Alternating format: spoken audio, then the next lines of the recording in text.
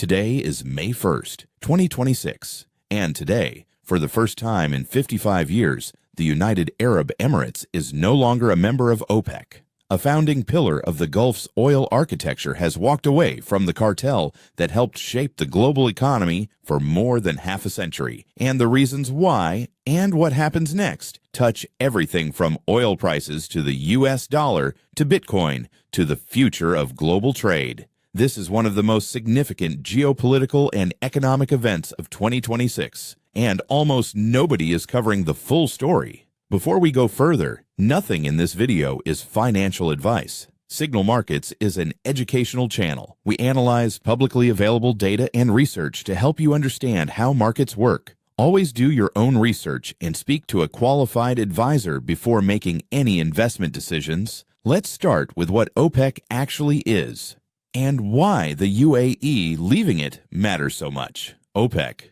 the Organization of the Petroleum Exporting Countries, was founded in Baghdad in September 1960 by 5 nations: Saudi Arabia, Iran, Iraq, Kuwait, and Venezuela. Its purpose was simple and powerful: coordinate oil production among member states to control prices and prevent the major Western oil companies from dictating terms to producing nations. For decades, it worked. OPEC became one of the most powerful economic organizations on Earth. In 1973, Arab OPEC members imposed an oil embargo on countries that supported Israel in the Yom Kippur War, causing oil prices to quadruple in months, triggering the first great energy crisis, and demonstrating that control over oil supply was geopolitical power of the highest order. The UAE, through its emirate of Abu Dhabi, joined OPEC in 1967, 7 years after its founding. When the UAE became its own country in 1971, it inherited that membership. For 55 years, the UAE participated in OPEC's production decisions, accepted its quotas, and helped Saudi Arabia manage the global oil market. Today, that 55-year relationship is over. The UAE is OPEC's third largest producer, behind only Saudi Arabia and Iraq. It has approximately 4.8 million barrels per day of production capacity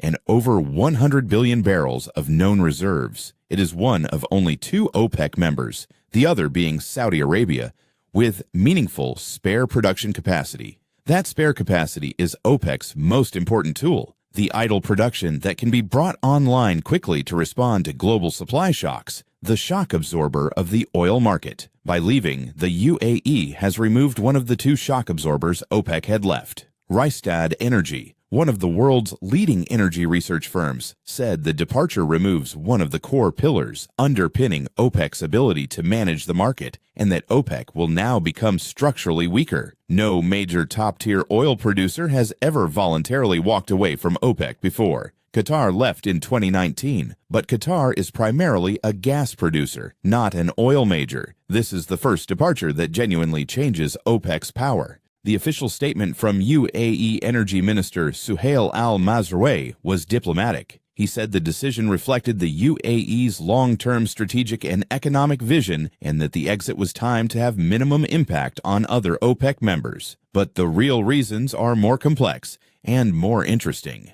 Reason 1. Production ambition frustrated by quotas. The UAE has spent billions of dollars building its production capacity from 3 million barrels per day toward a target of 5 million barrels per day by 2027. Under OPEC's quota system, dominated by Saudi Arabia, the UAE was consistently constrained to produce well below its actual capacity. Baker Institute researchers estimated in 2023 that unconstrained production could generate the UAE upwards of $50 billion in additional annual revenues. Every year inside OPEC was a year of leaving that money on the table. Reason 2. Iran attacked a fellow OPEC member. Iran, an OPEC member, has spent weeks launching missile and drone attacks on UAE infrastructure as part of the broader U.S.-Israel-Iran conflict. The UAE absorbed those attacks largely alone. Sitting in the same cartel as the country that just attacked you is not a sustainable position. The Iran war did not cause the UAE's frustration with OPEC.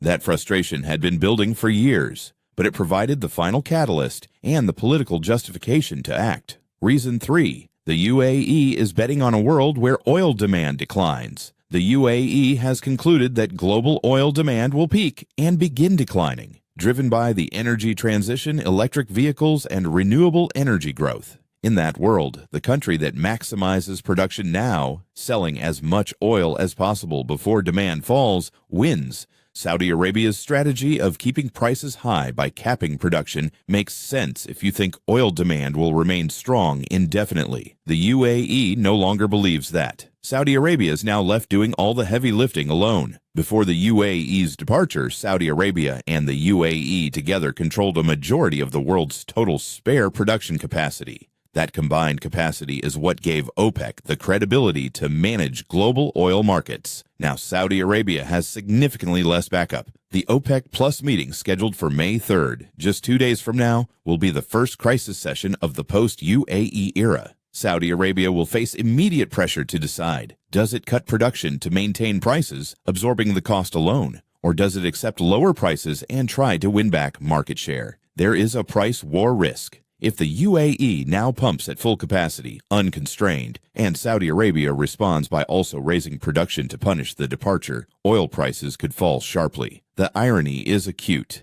In the middle of the greatest oil supply shock in history, the Strait of Hormuz crisis, OPEC has just lost its most capable backup member. Here is the dimension of this story that most financial media is missing entirely, and it is arguably the most important angle for investors. The UAE's OPEC exit did not happen in isolation. It happened simultaneously with a series of extraordinary financial events in Washington. In the final week of April 2026, UAE Central Bank Governor Khalid Mohammed Balama met with U.S. Treasury Secretary Scott Bessent and Federal Reserve officials during the IMF and World Bank spring meetings. Within days, the UAE formally announced its departure from OPEC. What were they discussing? Dollar swap lines. A currency swap line is an agreement between two central banks to exchange currencies. In this case, the Federal Reserve providing U.S. dollars to the UAE Central Bank in exchange for UAE dirhams. It gives the UAE access to dollar liquidity in times of financial stress. And right now, with the Iran war disrupting oil exports through the Strait of Hormuz, the UAE is under significant financial pressure. Its oil export revenues have been dramatically reduced. Its banking system needs dollar liquidity. It needs the swap line.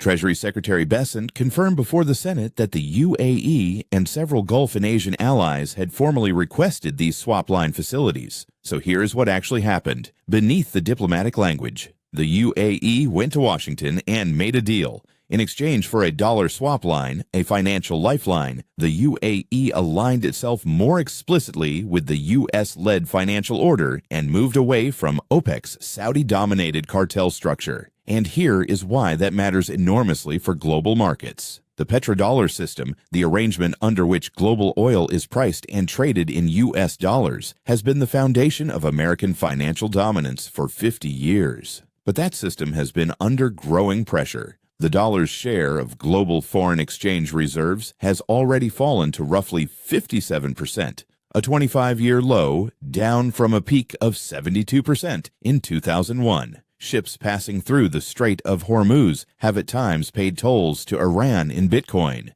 Iran sells an increasing share of its oil to China in Chinese yuan. India has been buying Iranian oil in yuan. Deutsche Bank economists have warned that the current conflict is strengthening Iran-China ties and could be remembered as a key catalyst for erosion in petrodollar dominance and the beginnings of the petro-yuan. The UAE itself had floated the possibility of pricing some oil transactions in Chinese yuan if dollar liquidity tightened. That threat of a major Gulf producer moving away from dollar settlement was precisely what Washington needed to prevent. The dollar swap line was the answer. By offering the UAE guaranteed access to dollar liquidity, the U.S. Treasury has locked Abu Dhabi into the dollar system, preventing the drift toward yuan settlement. In exchange, Washington gets reliable energy output, strategic alignment, and reinforcement of dollar dominance in global energy markets. One analyst described it as replacing cartel diplomacy with financial infrastructure.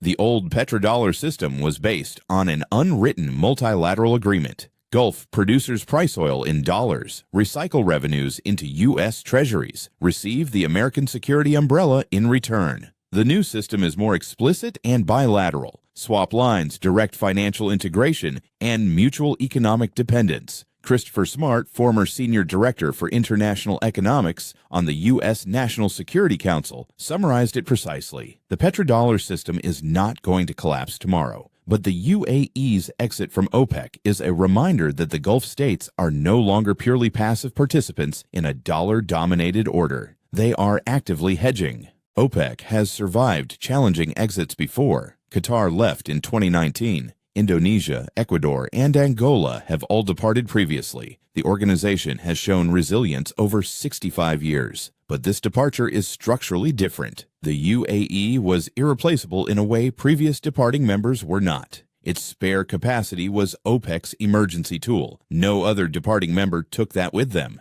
And the UAE's departure gives implicit permission to other frustrated members, Iraq, Nigeria, to reconsider their own membership. Robin Mills of Columbia University's Center on Global Energy Policy put it best. It will be less influential than before, but it won't disappear. OPEC is not dying today, but it is entering a structural decline that the UAE's departure has accelerated. There are 3 signals to track as this story develops. Signal 1, the OPEC Plus meeting on May 3rd. Watch whether Saudi Arabia announces production cuts, absorbing the cost of price support alone, or signals a change in strategy. Signal 2, UAE production ramp-up timeline. Once the Strait of Hormuz reopens, watch how quickly the UAE moves toward its 5 million barrel per day target. The faster they ramp, the more bearish for oil prices in the medium term. Signal 3, dollar swap line formalization. Watch for any announcement from the U.S. Treasury or Federal Reserve about formalizing the UAE swap line facility. That announcement confirms the new bilateral petrodollar architecture and is bullish for dollar dominance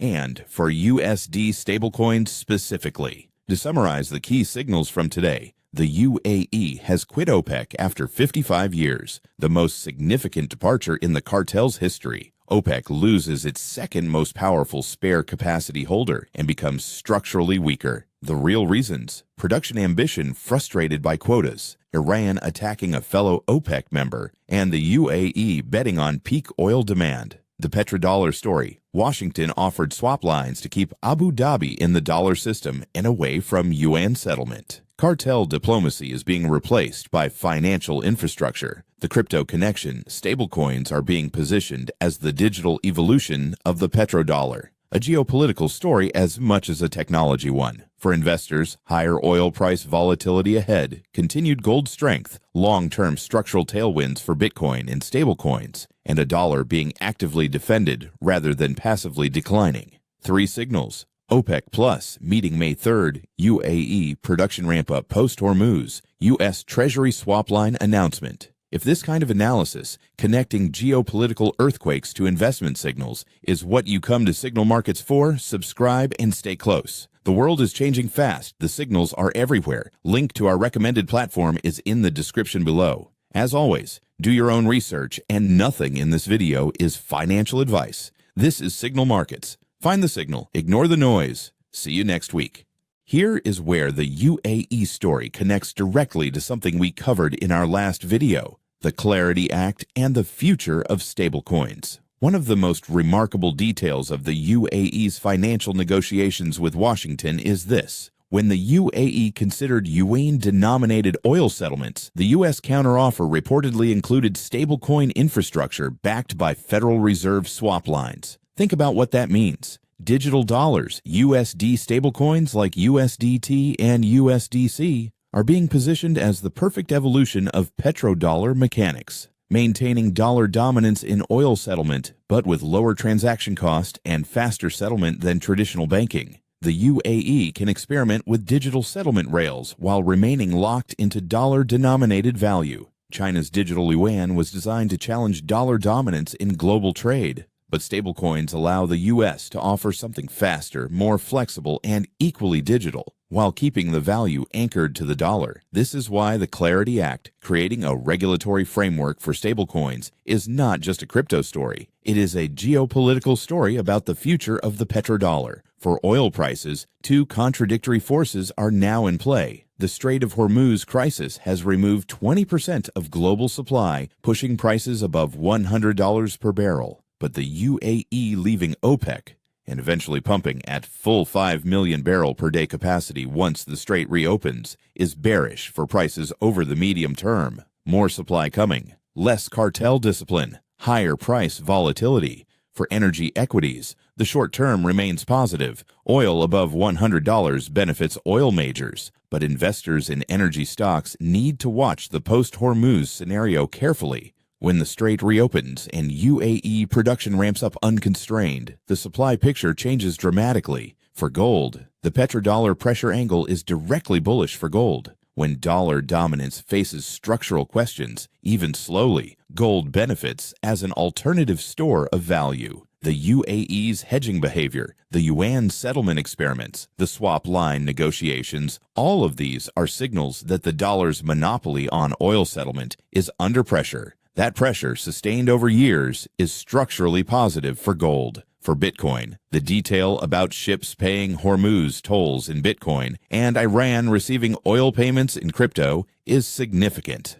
Bitcoin is being used as a neutral settlement currency in a sanctions-heavy environment. If crypto stablecoins become infrastructure for petrodollar evolution, as the Washington negotiations suggest, the entire digital asset ecosystem gets a structural tailwind from geopolitics. For the US dollar, the swap line strategy suggests Washington is actively fighting to maintain dollar dominance rather than passively watching it erode. That is constructive for the dollar's medium-term trajectory, but the structural trend, dollar share of reserves falling from 72 to 57% over 25 years, does not reverse quickly.